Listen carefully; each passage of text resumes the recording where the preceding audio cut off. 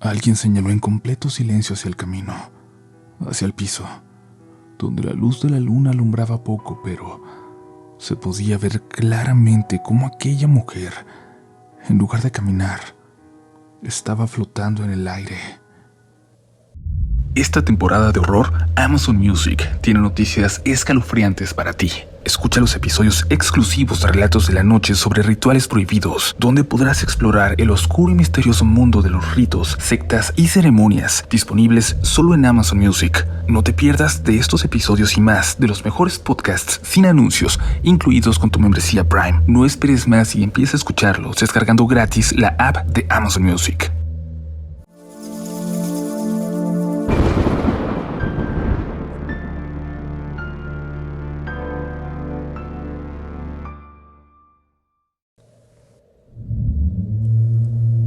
Muy buenas noches, comunidad.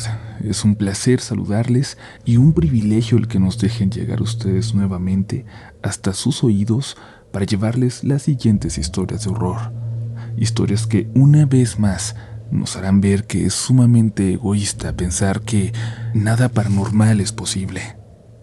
Relatos que nos harán darnos cuenta de que en cualquier momento, quizás más temprano que tarde, entenderemos que todo es posible. Hasta las historias más descabelladas, hasta las anécdotas más aterradoras de Relatos de la Noche. Así que, sobre todo si son escépticos, los invito a estar abiertos a entender las experiencias a continuación, a ser empáticos, a ponerse en el lugar de los protagonistas al menos por un momento, porque pronto puede serlo. Mi nombre es Uriel Reyes, y vamos ya a la primera historia de esta noche.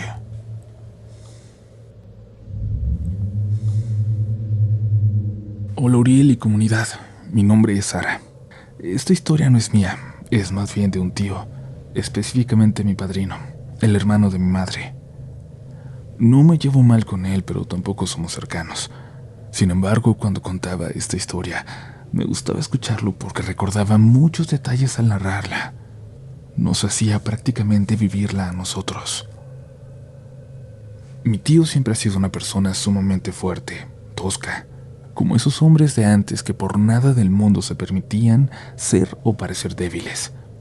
Nada le asustaba, pero cuando nos hablaba de lo que le sucedió aquella noche, realmente se ponía hasta pálido, lo que se notaba bastante ya que siempre ha sido muy morenito por trabajar tantas horas bajo el sol.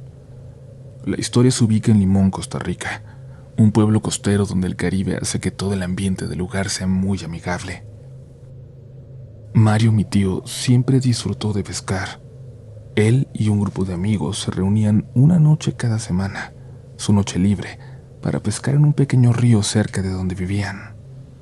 Una noche en particular, mientras estaban pescando, escucharon unos gritos desesperados de mujer, alaridos realmente aterradores, como si aquella pobre mujer la estuvieran torturando.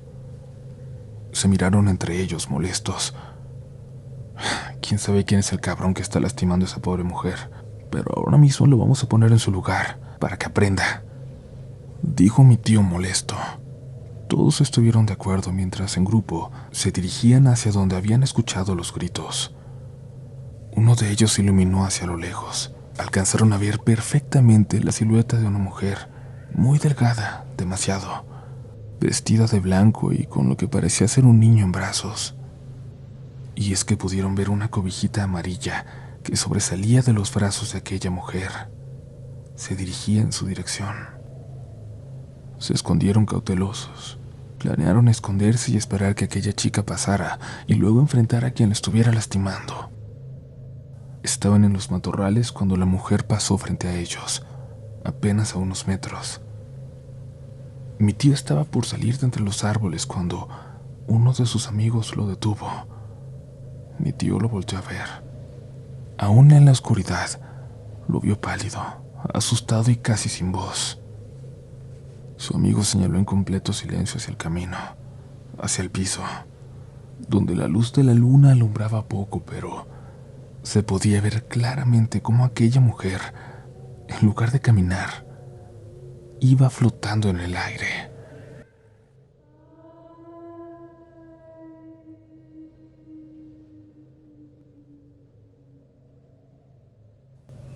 No había pies, simplemente flotaba mientras atravesaba el camino. Ellos, realmente asustados, se quedaron inmóviles, sin poder hacer nada más que observar, escuchar aquellos gritos y llantos que se fueron alejando calle abajo hasta perderse por completo. Pero ese sonido, ese lamento los acompañó hasta que, con el auto, lograron alejarse lo suficiente como para poder dejar de escucharlo, para dejar de llevarlo consigo en su mente. Han pasado casi 30 años y mi tío sigue poniéndose muy tenso, nervioso cada que cuenta esta historia. Menciona que jamás va a poder olvidar aquellos gritos desgarradores, aquellos lamentos, y siempre se preguntará cuál sería la historia de aquella mujer, de aquella llorona, y qué era exactamente lo que tenía en sus brazos. Pero no se atrevieron a ver, a voltearse ya. Gracias por leerme, comunidad. Les mando un saludo desde San José, Costa Rica.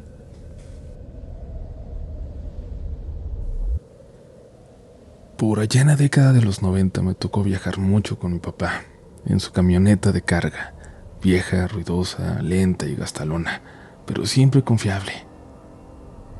En aquellos entonces a mi papá le iba bien y buscó ayudar a varios de sus familiares que no habían tenido la misma suerte que él. Iba por pacas de esos montones de ropa de saldos, nueva, que venían de Estados Unidos a muy buenos precios, y se los llevaba a algunos familiares para que se pusieran a vender, para que empezaran a poner su puesto en el tianguis y quizás de ahí se armara su patrimonio. No a muchos les fue muy bien, no muchos aprovecharon esa buena voluntad de mi padre, que compraba las pacas y se las llevaba sin cobrarles un peso, pero a 2 familias, por lo menos, que hasta el día de hoy lo siguen agradeciendo, literalmente les cambió la vida. Yo a veces me le pegaba, y cuando llegaba a ir a llevarles pacas en épocas de vacaciones de la escuela, por supuesto que me iba con él. No nos llevábamos muy bien, pero esos viajes tenían algo que me relajaba. Me encantaba quedarme en silencio, mirar el camino por la ventana, absorberlo todo. Las pláticas de esos viajes con mi papá las recuerdo bien, aunque en ese momento escuchaba en silencio, sin responder. Él seguramente pensaba que yo ni siquiera estaba escuchando, pero eso no lo detenía para seguirme platicando todo. En uno de esos viajes a un pueblo a unas 6 horas de aquí en aquel entonces, es donde sucede lo que voy a contarles. Ahora el trayecto es de 2 horas, pero en aquel entonces no había carretera como hoy en día. Para nada. En aquel entonces había que tomar caminos llenos de curvas, de barrancos, apenas de carril y medio en muy malas condiciones. Para un conductor poco experimentado o que no conociera la zona, seguramente habría sido muy difícil, pero mi papá había pasado toda su vida en esos caminos. Los conocía como la palma de su mano.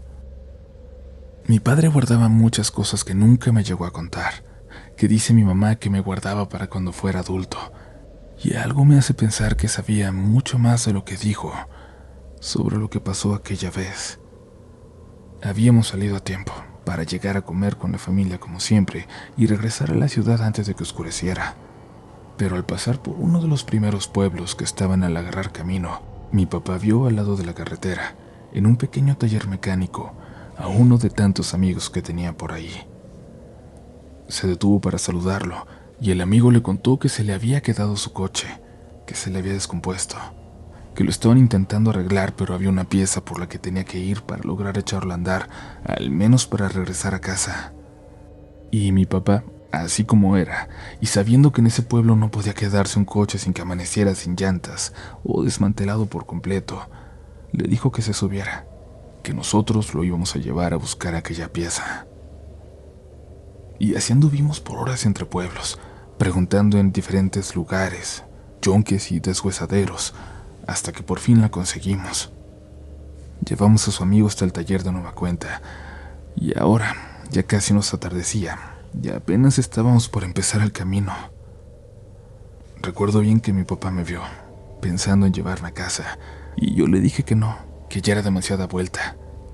Teníamos que llegar esa noche para que pudieran vender al día siguiente lo que llevábamos en la paca, Así que mi papá pensó que debíamos arriesgarnos, llegar tarde, quedarnos a dormir con los familiares y regresar a casa el día siguiente por la mañana.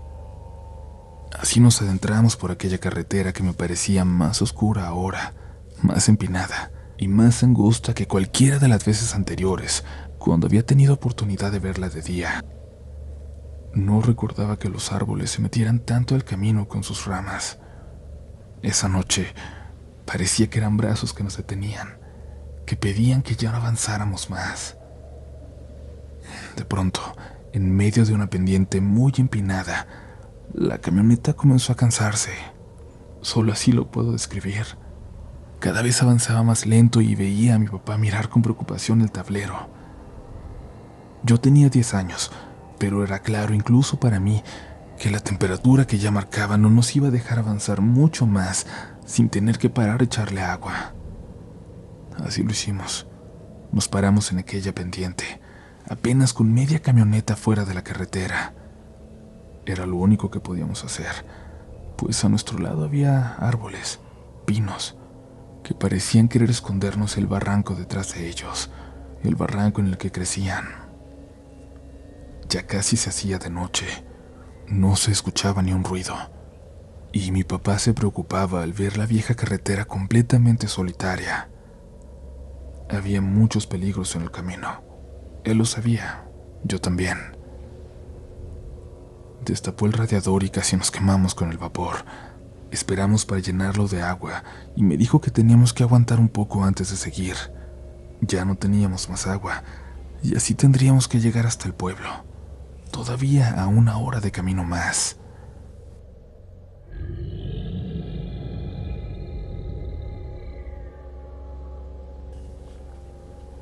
Escuchamos algo muy extraño, una especie de rugido que llenó la montaña y que hizo que cientos de pájaros salieran volando de los árboles donde ya dormían.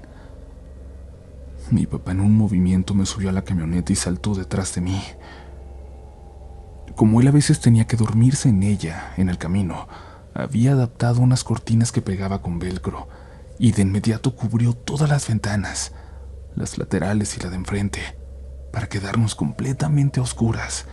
Solo se colaba un poco de luz de luna a través de la ventana trasera, bloqueada casi por completo por la paca que llevábamos en la caja.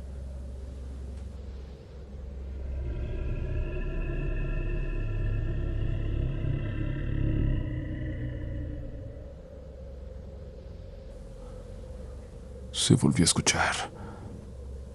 Le pregunté qué era eso, qué animales había por la zona, y mi papá simplemente me dijo que esperara, que fuera paciente, que no tuviera miedo, que eso era lo que más importaba, que yo no me fuera a asustar, que todo estaría bien.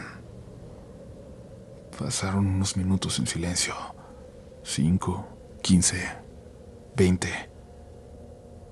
La oscuridad era tal y yo estaba tan cansado que incluso con la incógnita de aquel animal que estaba afuera, yo empecé a quedarme dormido. No sabía si había osos por ahí, lobos, pero aquello había sonado como algo muy grande. Pero no sé, no estaba aterrado. Sabía que en cuanto pudiéramos avanzar lo haríamos, y aquel animal simplemente nos dejaría en paz. De pronto me despertó algo, pero no quise moverme. Fingí seguir dormido porque no podía enfrentarme a lo que estaba pasando. Sentí comunidad, como algo se subió en la caja, a la paca, y se intentaba asomar por la ventana trasera, por el resquicio que quedaba, para vernos.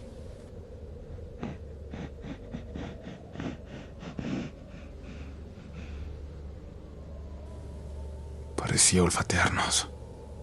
Fingí dormir. Escuché a mi papá hacer oración. Sentí como la camioneta se levantó cuando aquello que estaba allá afuera se bajó. Y supe que no era un animal cuando intentó abrir la puerta a mi lado. Por suerte habíamos puesto el seguro.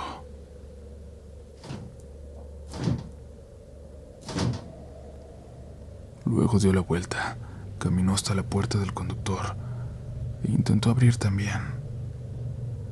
Comunidad, yo entreabrí los ojos, a pesar de la oscuridad, por las rendijas que dejaban las cortinas, mínimas. Pude ver algo enorme caminar allá afuera, en dos patas. Escuché un sonido que me llamó la atención. A mi lado, dentro de la camioneta, eran los dientes de mi papá. Estaban chocando. Estaba temblando de miedo. Yo no quise decirle nada. Continué con mi farsa. No quería que se diera cuenta de que lo podía ver así, muerto de miedo, como nunca antes lo había visto. Mijo, yo sé que estás despierto, pero sí quédate. Por favor, no vayas a abrir los ojos. ¿Te acuerdas cómo manejar? Voy a salir. No nos va a dejar avanzar si no salgo. Si ya no vuelvo, prende el carro y vete. No importa si se calienta, no importa si se desviela. Tú avanza hasta donde dé el motor. Y cuando se quede, corres hasta la casa de tus tíos. ¿Va? Sin abrir los ojos dije que sí. Yo no manejaba. Lo había intentado solo un par de veces y avancé empujones violentos, alguna vez en un terreno enorme vacío, cerca de mi casa, donde mi papá enseñó a manejar a mi mamá. Fuera lo que fuera, era una emergencia más allá de cualquier cosa que yo hubiera vivido antes.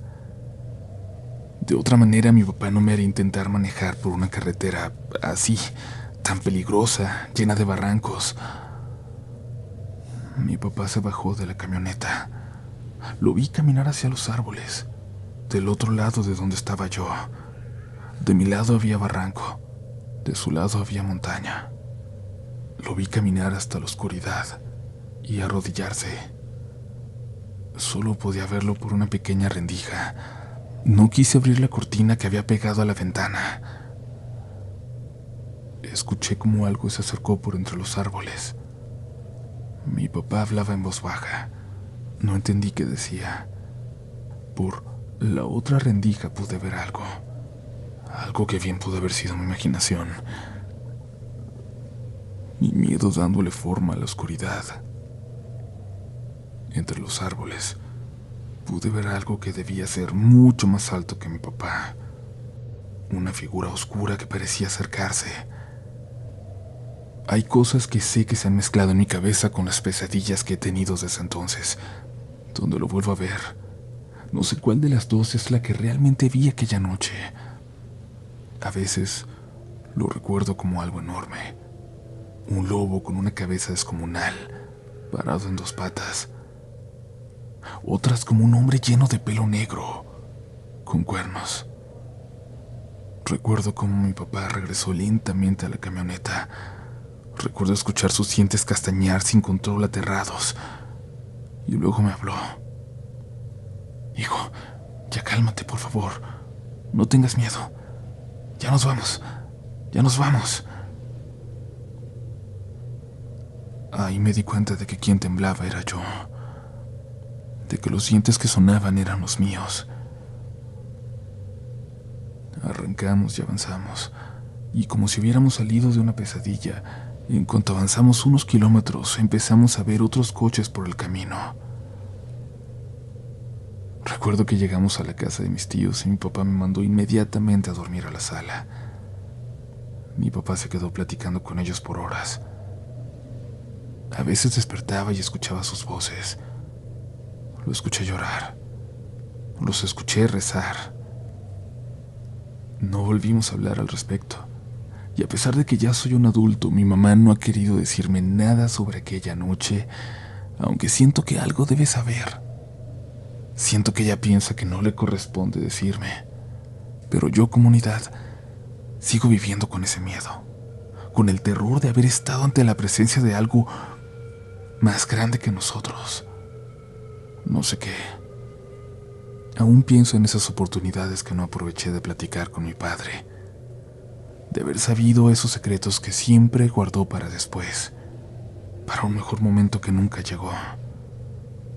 Gracias por escucharlo.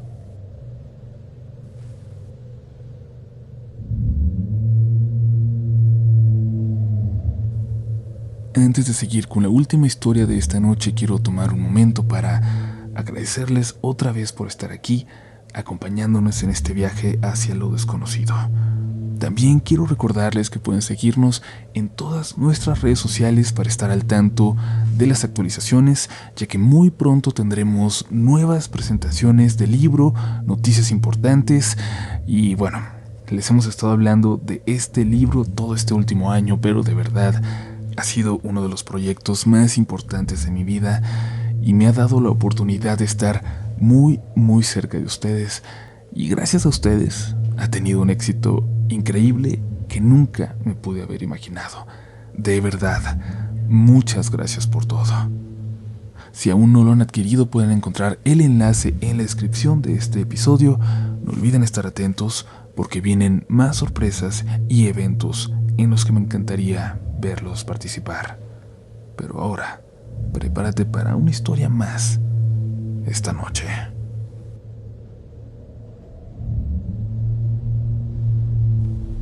Buenas noches, Uriel y comunidad. Me llamo Edwin Bixcool y soy del departamento de Sololá en Guatemala. Desde pequeño siempre me han gustado las historias de terror y también he vivido muchas cosas que quizás en un futuro me anime a escribirles. Llevo ya mucho tiempo escuchando relatos de la noche y puedo decir que es uno de los mejores canales de historias que he encontrado. Me gusta mucho la forma en la que se cuentan. Escribo este relato de algo que no me pasó a mí en lo personal, sino a mi papá, que se llama Baudilio. Esto nos lo contó recientemente y me sorprendió bastante, ya que él es creyente de estas cosas y siempre que nos cuenta sus historias, lo hace de una manera en la que habla con toda la verdad, con toda la sinceridad de su experiencia. Esto le sucedió en su infancia. Él nació en una familia muy pobre y desde pequeño tuvo que empezar a trabajar como cargador de bultos en el mercado. En el pasado, el mercado central de mi pueblito estaba junto al parque. Los días de mercado aquí son martes y viernes. Mi papá vivía casi en las afueras del pueblo y tenía que caminar bastante para llegar al centro, por lo que debía levantarse muy de madrugada para poder llegar a tiempo. En ese entonces también trabajaban como cargador y ayudante una pareja muy conocida en mi pueblo, a quienes les decían el Canche y su esposa, Doña Huila. Así les decían cariñosamente. Todavía se les recuerda con mucho cariño. Eran personas muy humildes y respetuosas. Por esa época eran una pareja joven y conocida. Mi papá me contaba que se extrañaron al ver a alguien tan pequeño como él ya metido en ese oficio. Y al platicarles, mi papá les comentó por lo que estaba pasando, por todas las dificultades que atravesaba y el tiempo que debía tomarse para poder llegar a trabajar cada mañana. Esa pareja de muy buen corazón le ofreció quedarse los lunes y jueves en su casa, en su casita, que también era muy humilde, pero que estaba cerca del centro, a 1,5 cuadras cruzando 2 esquinas del mercado. El lugar también estaba a unos 30 metros del cementerio general, justo en la bajada de la entrada principal. Ese lugar es muy conocido porque es el tramo final para los dolientes al dejar a sus difuntos, y siempre me ha parecido un lugar muy extraño, con una vibra muy fuerte. Mi papá tuvo que pedirle permiso a mi abuelo, y con algunas dudas finalmente accedió, ya que estaban pasando por un momento muy difícil y realmente necesitaban toda la ayuda posible. Mi papá estuvo muy contento, y es que las primeras semanas le fue muy bien con las cargas, y más aún por no tener que madrugar tanto. Ahí podía salir a las 3:45 de la madrugada, y todavía llegar a tiempo para tomarse un cafecito con la pareja. Algo que le extrañó bastante fue la rutina que tenía el Canche al momento de salir de su casa. Se volteaba hacia atrás y hacía una cruz en señal de respeto hacia los muertos. Esta rutina la hacía siempre, y mi papá, en su inocencia, no se preguntaba qué significaba. Simplemente lo ignoraba y se iban a trabajar. Esto le ocurrió justo en el mes de noviembre, ya que en esa época había mucho movimiento porque todo el mundo compraba flores y comida para celebrar el Día de los Santos, que es el 1 y 2 de noviembre. Recuerda que en la noche, al llegar a esa casita, sintió como que algo lo jalaba hacia la calle, pero sin prestarle mucha importancia entró a la casa, cenó con la pareja y se fueron a dormir. En la madrugada se prepararon para salir a trabajar. Recuerda muy bien que era una mañana muy fría y que tuvo que abrigarse con lo que pudo porque era insoportable. Al momento de salir, el canche estaba listo para hacer su rutina, voltearse y hacer la cruz que siempre hacía, pero a media señal se detuvo, como si se hubiera congelado por el frío. Mi papá al ver esto soltó una risita pensando que le estaba haciendo una broma, y al intentar jalarlo, sintió que estaba completamente helado. Muy extrañado se volteó hacia la bajada del panteón y nos cuenta que también se quedó helado, sin poder moverse, cuando vio a un grupo de personas, todas vestidas de blanco, con velos que les cubrían la cabeza. Caminaban hacia arriba, hacia el panteón mirando hacia abajo. Hacían un canto que solo pude escuchar cuando los vio, como si pronunciaran la voz saliendo desde la garganta. Mi papá los escuchaba como si estuvieran pegados a su oído, pero los veía lejos, apenas ubicados empezando la subida. No sabía qué hacer, no podía hacer nada. Sintió como su cuerpo poco a poco se iba desprendiendo, como cuando se te duermen las piernas y no las sientes, pero en todo el cuerpo. Empezó a sentirse muy ligero y el frío se le iba quitando, y de pronto sintió como el canche luchaba y jadeaba.